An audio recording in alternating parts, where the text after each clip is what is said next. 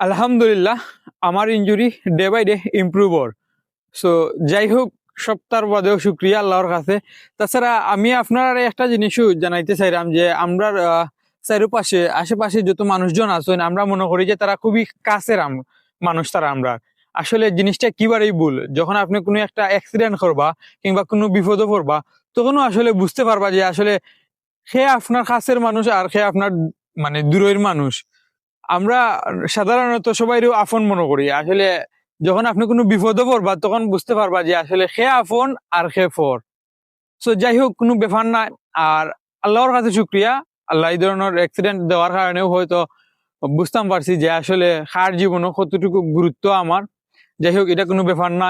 তাছাড়া আমার অ্যাক্সিডেন্ট করার বাদ থেকে এখন পর্যন্ত যারা নিয়মিত কল মেসেজ দিয়া আমার খোঁজ খবর নিরা, তারা মন থেকে ধন্যবাদ জানাই।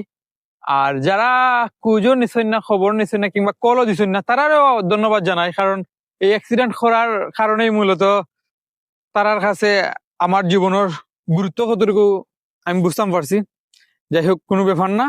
সপ্তাহ বাদেও শুক্রিয়া, আলহামদুলিল্লাহ। আর আমরারে আল্লাহ যখন কোনো একটা বিপদ দেন কিংবা কোনো একটা অ্যাক্সিডেন্ট হয়, তখন আমরা শুক্রিয়া আদায় করবো। কারণ এই বিপদ কিংবা অ্যাক্সিডেন্ট হওয়ার মাধ্যমেও আমরা বুঝতাম পারি যে আসলে আমরার জীবনের ভ্যালু কতটুকু কার কাছে, জীবনের গুরুত্ব কতটুকু কার কাছে। সো যাই হোক, কোনো ব্যাপার না। সপ্তাহ বাদেও শুক্রিয়া, আলহামদুলিল্লাহ। আল্লাহর কাছে দোয়া করবা। আসসালামু আলাইকুম।